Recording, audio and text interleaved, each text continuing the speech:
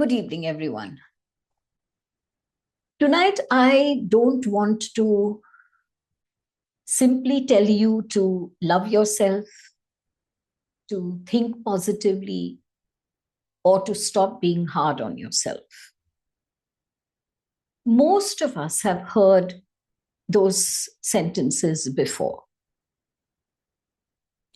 But when you have made a mistake, or disappointed someone, or lost an opportunity, or failed at something that's really important, or maybe just looked at your life and felt that you could have done so much more. Statements like these are just platitudes. At least they feel like platitudes. At those moments, there's another voice that's much louder. And that voice is saying, you always do this. You should have known better. You are irresponsible. You are weak. You are not good enough. The inner critic does not describe the situation. It passes a judgment on you as a person. And that is why today's talk for Catalyst for Change is called the science of self-compassion. We need to truly understand self-compassion. If we want to, if not completely silence the critic within us, if we want to at least partially silence it, then we have to understand the nitty-gritties of self-compassion, not just as a good sounding word. So tonight we are going to understand two important things. First, why do we become our own harshest critic? And two, what actually happens psychologically and physically when we respond to ourselves with criticism rather than with compassion? Because something very real takes place within. And very often we are not even aware of what is taking place. Think of something right now. Think of something that did not go well for you recently. Don't go too long in the past. Just something that did not go well for you recently. Maybe last week, last fortnight. It may be something that you said or a promise that you didn't keep. It could be a decision that you regret. It could be a situation that you handled badly. Think of that. What was the first sentence that appeared in your mind at that time? Was it, I made a mistake? I am a failure? That first sentence either describes the event or describes your behavior. That sentence is that important sentence. It describes you. When you call yourself a failure, when you say you always do this, when that is the first sentence that crosses your mind, instead of describing the event, you jump to the fact that you are the one that's bad or weak or irresponsible or whatever. And that shift from something went wrong to there is something wrong with me is the beginning of a destructive self-criticism pattern. The event is already painful, and the inner critic adds another layer of pain to this. So let us understand, why does the mind go there to judging yourself? Honestly, there is no single reason that I could give you that would apply to everybody.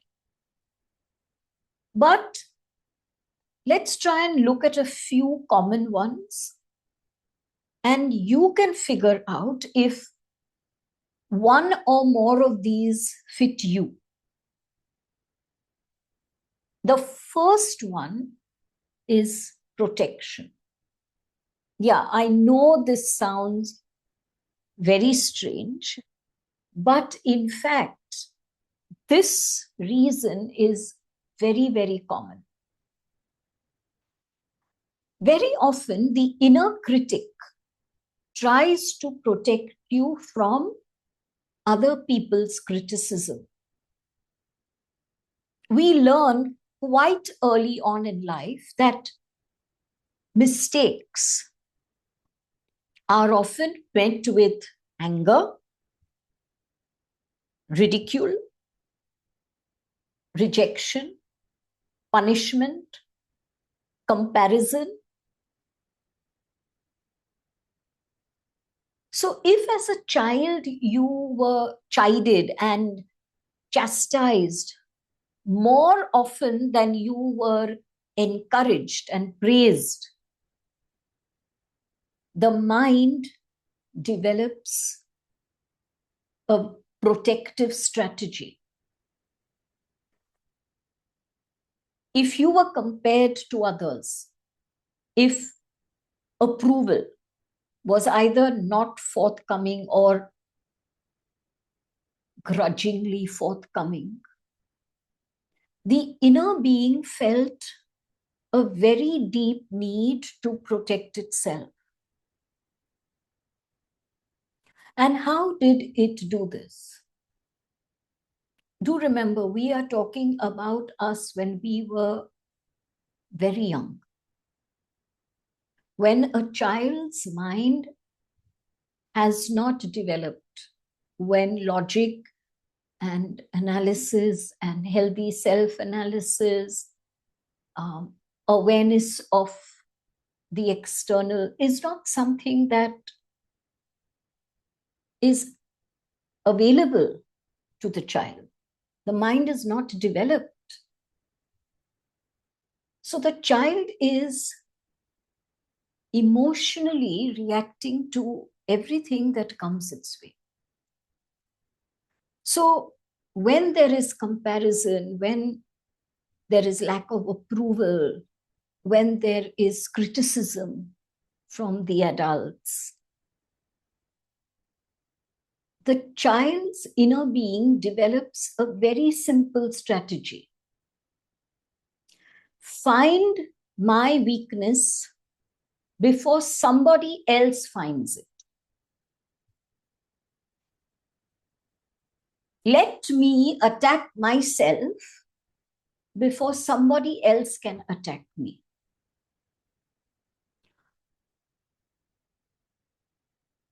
Let me approach every situation expecting rejection, so that when the rejection comes, it will not catch me off guard. I know this sounds strange to an adult mind. I know some of you may be saying, this doesn't even make sense. Yes, it may not make sense to your adult, intelligent, logical, analytical mind. But we are not talking about an adult. We are talking about a child. Yes, this was a protective strategy. The child developed that strategy in some convoluted way, trying to protect itself. But there is a very serious problem with this strategy. And you may think that you don't have this. But I can guarantee you that all of us as adults do have this. We develop this protective strategy believing that we are shielding ourselves from another person's cruelty or neglect or disinterest in us. But what we end up is living,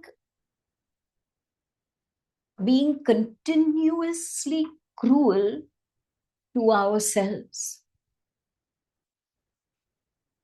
So this protective strategy is something that all of us need to look within and learn to identify, because I can guarantee you that it is very, very, very likely within you. The second reason is the need for control. Again, when we are children. And why only when we are children? Even as adults. For many of us, uncertainty makes us feel very vulnerable, very exposed. This vulnerability is it's a deeply uncomfortable thing to bear. And it is deeply uncomfortable to admit, I do not know this. I tried, but it didn't work. I cannot control what is happening. These admissions make us feel, in a sense, weak. We just feel helpless. We feel we are going to be taken advantage of. So when life feels this uncertain, again, I'm going to say something that you may say, are you serious? And yes, I am. When life feels this uncertain, self-blame ironically creates an illusion of control. Think of it like this. If, as a child, there was nothing you could control, you couldn't control your parents' behavior and responses towards you. You couldn't control their interest in you or lack of interest in you. You couldn't control their praise or their criticism. You couldn't control them comparing you to others. And maybe comparing you to others not in a great way. When all of this is happening and there is nothing around you that you can control, you begin to realize that 1 minute, the only thing I can control is myself. So the mind says things like, if only I had been cleverer. If only I had seen it earlier. If only I had behaved differently. Have you caught yourself saying these sentences, then you know, if you have, that this is a control strategy within you, because these sentences create an illusion that somehow self-chastisement will stop us from repeating the mistake or the failure or the ignorance.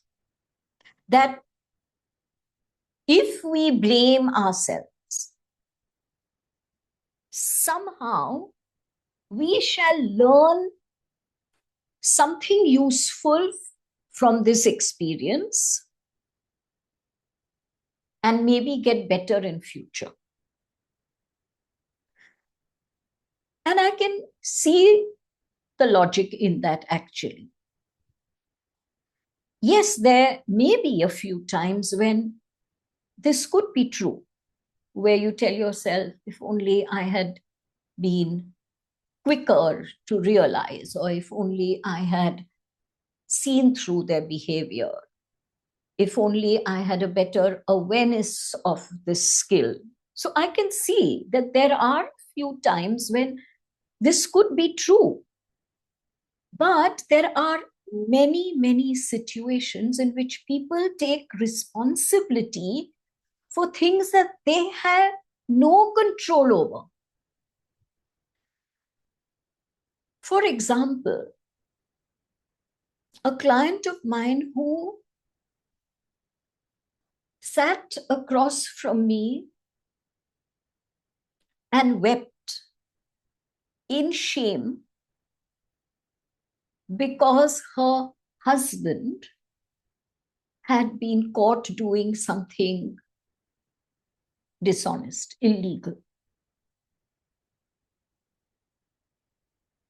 And I said, you're taking responsibility, you're taking personal blame for his dishonesty. Or a mother telling me, I didn't realize for 8 days that my child was sick. Why was I so negligent? Maybe you weren't negligent. Maybe that illness really didn't show up as strongly as it did 8 days later. So we start taking responsibility for things that we just have no control over, like an accident that may happen to us. There is a reason why it is called an accident, because it wasn't deliberate. It's just one of those things that happens. So the self-blame creates this illusion that we are in control. And somehow this makes us feel less vulnerable. There's a third reason, and I want you to hear this very carefully, because it is a very, very common reason. As children, many of us were praised or rewarded in some way, physically or emotionally. So when we achieved something, or we pleased other people, or we behaved well, we received good marks, we won those awards, we were praised, pat on the back, baba. The odd thing is, when this happens, slowly the mind interprets this as, when I perform well, I am worthy, or I am safe because I'm receiving approval, or when I succeed, I receive admiration and respect. This creates a painful inner message I am worthy only when I succeed. Failure means I am unworthy. That is why a relatively small mistake can create a very large emotional reaction. I remember myself in school, in college. If I came second place, whether academically or in a debate or in an elocution or in any other competition, I would look at second place as failure. Nothing except first place would satisfy me, would make me feel worthy. And then, interestingly, this went down a very different road. By the time I had finished college, at that time I was in intercollegiate, inter-university debates, competitions. Winning prizes there started feeling less and less important. I realized many years ago, many years later and many years ago, why I lost interest in the winning. I had to win. Don't get me wrong. I had to win. But the win didn't bring me that rush. It became like okay, that kind of moment. You see, when we are not dealing with the mistake, but you are distraught because what does this event say about me? What does this win reflect about me? Will people respect me? These are the questions that go through. And I know this so well because I really walked that road for so long. And maybe you recognize this as well. Every challenge becomes an examination in which you have to prove that you deserve, that you are worthy. And even if you have been victorious, but your victory has not been recognized or adequately recognized enough by others, the victory seems an empty one. And that's the realization I made. You see, from childhood till a young adult in my early 20s, I kept winning prizes. After a while, it became something almost commonplace in my home. And though I would receive the praises and the claps and the whatevers at the venue from my competitors, from the teams, when I went home, it wasn't that there was no reaction, but the reaction was not over the top. Oh my God, you again brought back a prize. Because I now realize, as an adult who has really worked on herself, I realize You can't have that over-the-top reaction every single time. It's just not possible. And for my parents, it had become oh, wow, you won again. But that, oh, wow, you won again, didn't make me feel worthy. So the victories became emptier and emptier. And of course, when the victories become empty, the critic inside you becomes much louder. Where the critic says, oh, now even the prize, even that award, even that first position does not make you worthy.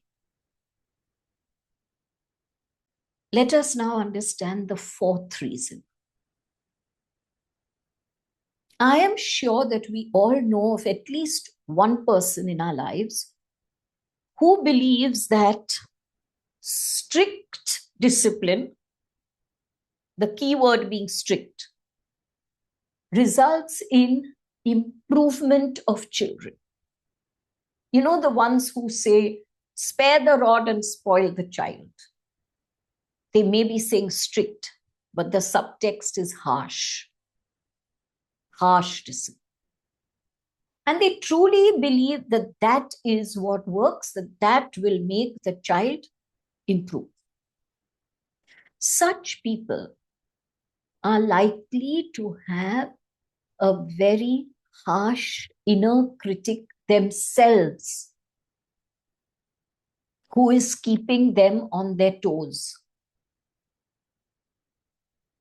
So they are people who consider rest as laziness, consider gentleness as a hindrance to improvement, hindrance to growth, hindrance to success.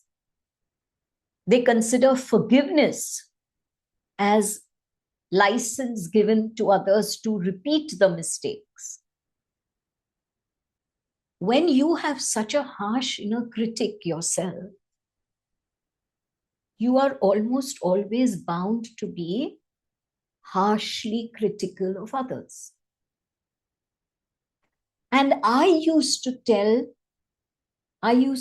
defend my words, harsh words, by saying, I'm not being harsh. I'm just telling the truth. I mean, if I don't tell you the truth, how will you improve? Till one day I was talking to someone else.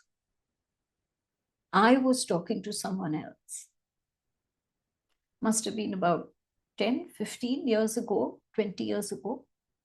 And I told this person who was even worse in her criticism and in her critical attitude than I. And I turned to her and said, who has given you the permission or the right or the position to comment on everything about others? And the words were out of my mouth when I took an internal gasp, because I heard myself say this, and something in me asked me the question, but who has given you that right to point out the truth, and to point out the truth harshly? So we need to ask ourselves a deeper question today. What kind of person is being created by all of this? It may be a person who is very productive, maybe also very successful, but someone who is constantly anxious, who refuses to rest, someone who may be commented and applauded by others as being so responsible,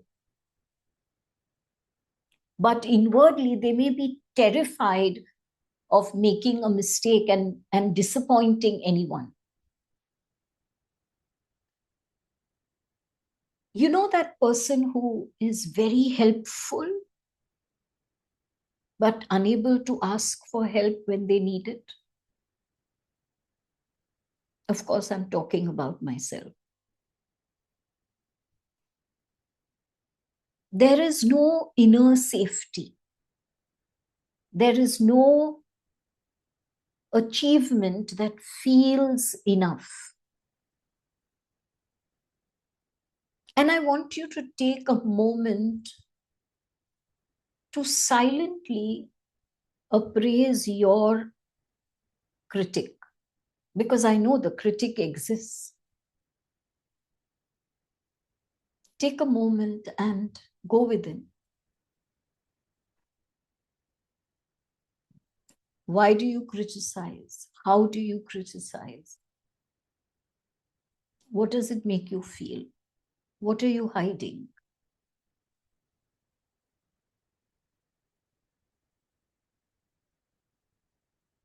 If things come up, take a moment to get up, get a book, get a paper, and write it down. Because this awareness is extremely important.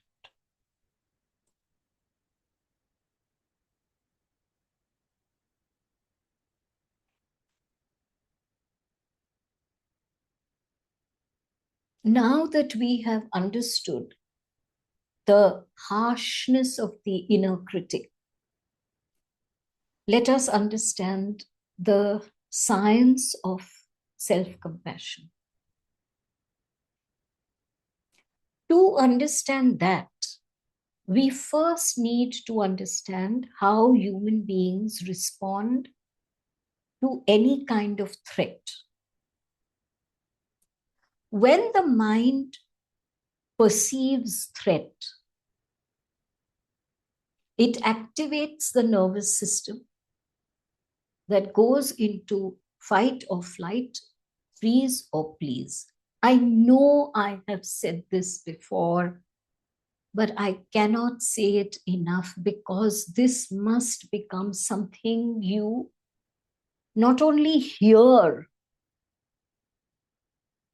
time and time again, but you actually understand it. You understand the physiology that is going on in your body, in your mind, in your nervous system. As soon as there is a threat that is perceived, your body reacts. You may not be even aware of that reaction. You may not catch that stomach contracting. You may not catch the chest tightening. You may not catch the jaws becoming a little stiff. You may not catch it, but it's happening. And even if it is a small shift physically, the mind picks it up instantly and sends strong messages to the nervous system saying there is a threat. And the nervous system responds to any threat with fight or flight, freeze or please.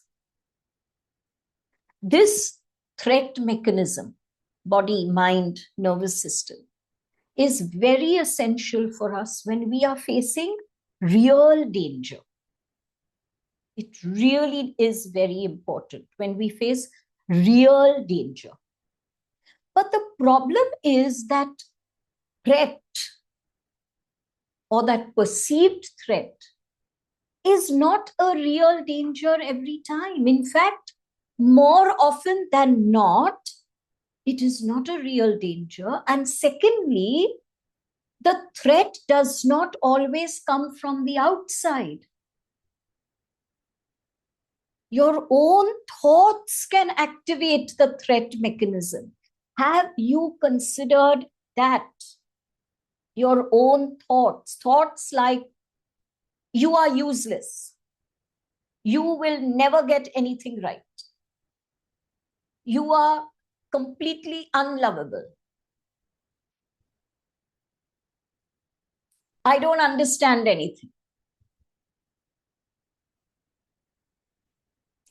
These thoughts, this voice of the inner critic is experienced by your body as an attack. I want to say this again because I want you to know this. These thoughts are perceived by your body, received by your body as an attack. And there is an instant perception of threat. Your body, your mind, and your nervous system respond to self-criticism in the same way that they respond to harsh criticism, to harsh words from another. When someone tells you you're an idiot, you're a liar, you're worthless, your body goes into I need to survive mode. And if you are X kind of personality, you will fight back, get aggressive. If you're Y kind of personality, you will go into your shell. But when you are thinking thoughts about yourself, the body is reacting in exactly the same way. That same tightness in the chest, that same stomach contraction, that same breath, shallower. It disrupts the natural inner drive that all of us have. It is that inner drive that helps us to pursue our goals, to aim for success, to try and reach, to improve ourselves. That inner drive helps us to accomplish so much in our lives. But when that inner critic is harsh, this inner drive in so many people freezes. The inner drive begins to get controlled by fear. Fear that I will make a mistake, fear that I will not succeed, fear that I will be a failure. And when the inner drive is controlled by fear, we respond, we react with apathy. Ask yourself if you go through any of these. Procrastination, inability to complete what we set out to achieve, giving up halfway when things get even marginally challenging. Do you recognize any of these? Apathy, procrastination, taking on a task but not completing it, getting so scared by something even marginally challenging that you just leave it. No, this is not for me. You don't even try. Life can become so exhausting because of this constant inner pressure that we put upon ourselves to perform, to prove ourselves, to not be wrong, to not fail, to not make a mistake.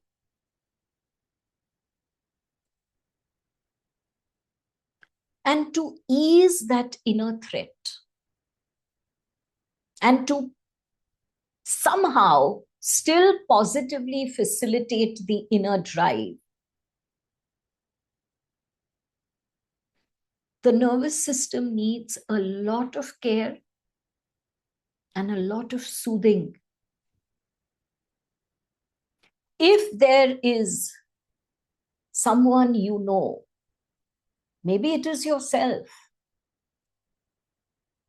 where you judge that person as saying, that person has no inner drive, no inner motivation. You are looking at a person who has a very, very loud and harsh inner critic. And when we judge them, and I have to admit that I have made that mistake, when we judge them, they are hearing our words as a complete confirmation of what they believe, that they are useless. It's like, I know, you've said it, but I already do. Their nervous system is 24/7 in a state of trying to combat threat. How can they be compassionate with themselves? For self-compassion, for any kind of compassion, even compassion towards others, our nervous system has to be regulated, balanced, easy, at rest, not constantly armoring itself for attack. This soothing can only come when you learn healthy self-compassion. And it has to be learned. Self-compassion does not switch off responsibility. So please don't judge it that way. It doesn't mean that you become irresponsible. Self-compassion does not make you lazy. It does not make you entitled. It does not make you a demanding person, if that's what you're worried about. What it does is it helps you recognize what you're feeling without feeling ashamed of it. To take accountability for your actions is not to attack yourself. To say that I do not know is not making yourself look like a fool. So let's understand how we're going to work with self-compassion. But before we go into that, I want to give you yet another minute. If anything has come up, I want you to just spend this 1 minute making a note of it, whether it's in your book, your journal, your phone. Because I want this talk to be something that is really valid for you.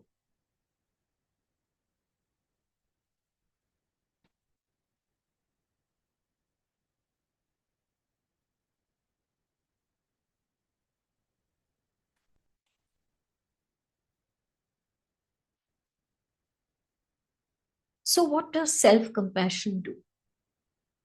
It helps us to think more clearly and act more wisely, because it does not allow the inner threat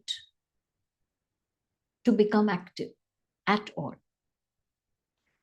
It gives you an emotional safety to look at a mistake, at a failure, without immediately hiding, without blaming another, without defending yourself,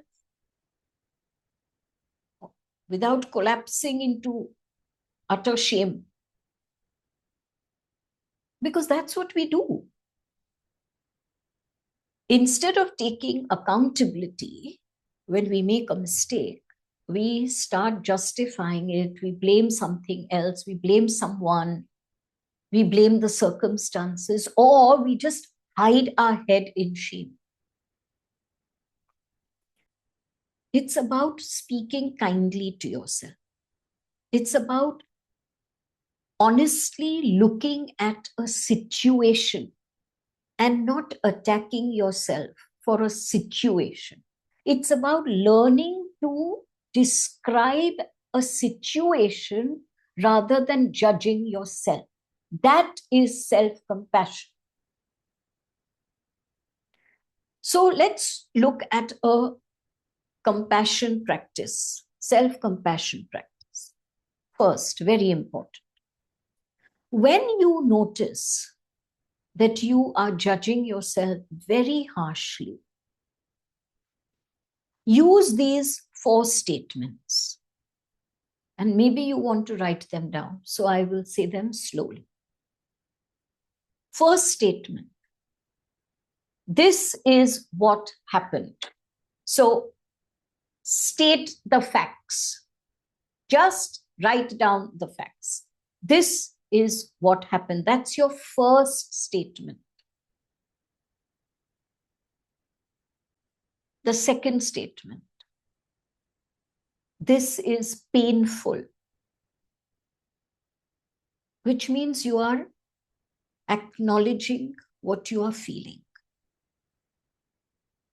You recognize the pain. You do not pretend that you didn't feel anything. You don't pretend, oh, everything's fine. That's not self-compassion. You recognize the pain. So you can say statements like, I am hurt, or I regret what I did, or I am feeling ashamed at present, or I am scared of the consequences. The third statement, this is mine. Identify your genuine responsibility. Not taking on responsibility for someone else. Ask yourself, what part of this situation was within my control? Very important. What part of this situation was within my control? What did I do, or what did I fail to do? And what responsibility can I take now for repairing this situation? Responsibility is not the same thing as taking blame. Responsibility means recognizing your part in the entire event. Very, very important. And the fourth statement, I choose to do this now. And choose one action, not 10 actions. It's not about promising to transform your whole life and turn into a new leaf overnight. No, no, no. Just, I choose to take this action. Just one step. It could be, I'll send that message, or I'll make an apology, or I'll fix the appointment right now, or I'll begin the work that I have been putting off. Please remember one thing, even though self-compassion is a process, that process can only be completed when there is an action that is taken. Without that action, the process can't be complete. This is the most important to understand, that it is not about using soothing words with yourself. It is not about caring for yourself that you can take the next responsible step.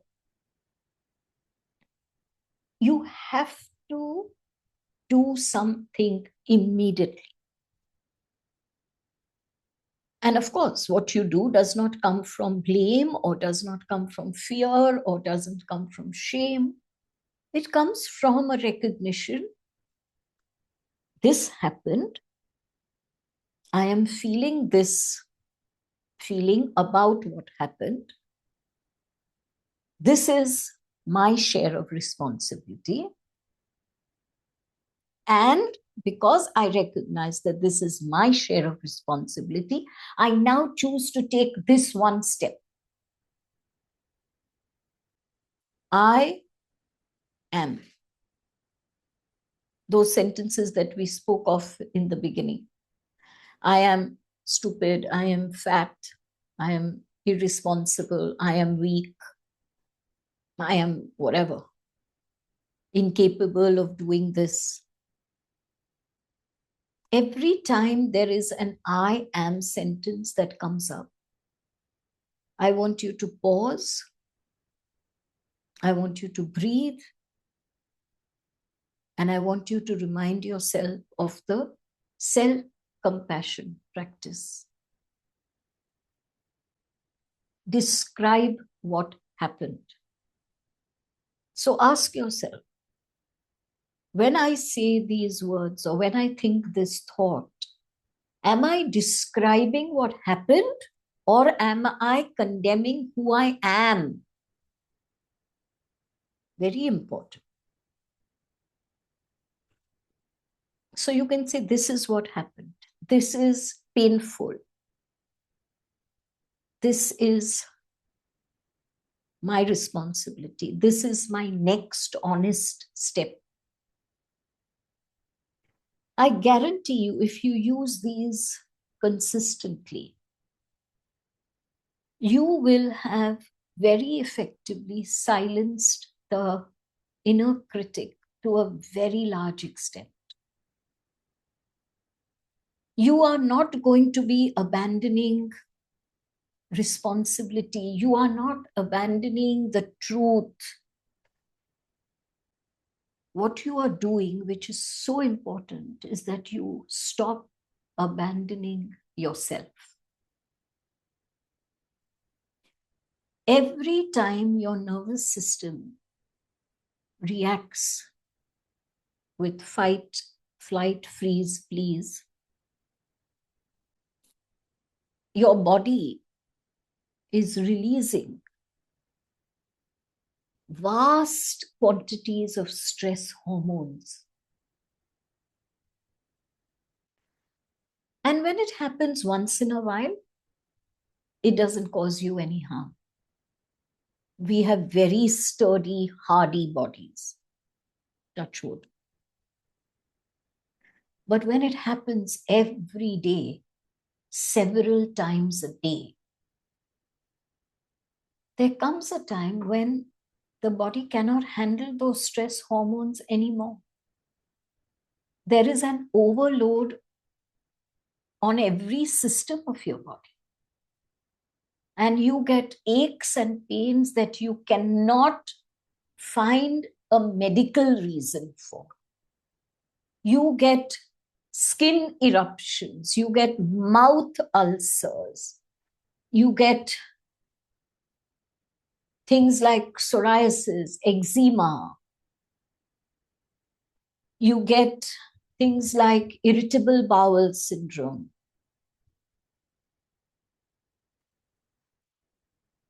All of this is because your body is just overloaded with stress. We can't skip the stress in our life. That is not happening. It's part of our daily life in modern times. So we are not going to be able to control any of the external circumstances. But we often forget that a very big contributor to our stress is ourselves. That incessant voice of the critic. When you learn that there is a science behind it, when you learn how your physiology actually changes. How the body sends the message to the mind, and how the mind releases tells the nervous system, tells the body, release the cortisol, release the adrenaline, tells the nervous system, go into protection mode, control this, what is happening. There is more stress that we are putting ourselves through than what the environment is putting us through. And it really is about 4 simple sentences, which I'd like to end with again so that you do not forget. Please write them down.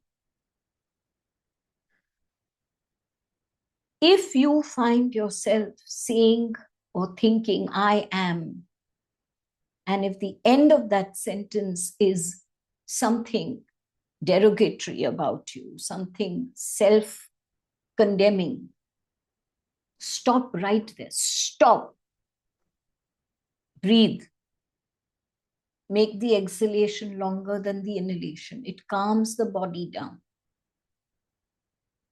And then ask yourself, sentence 1, what happened?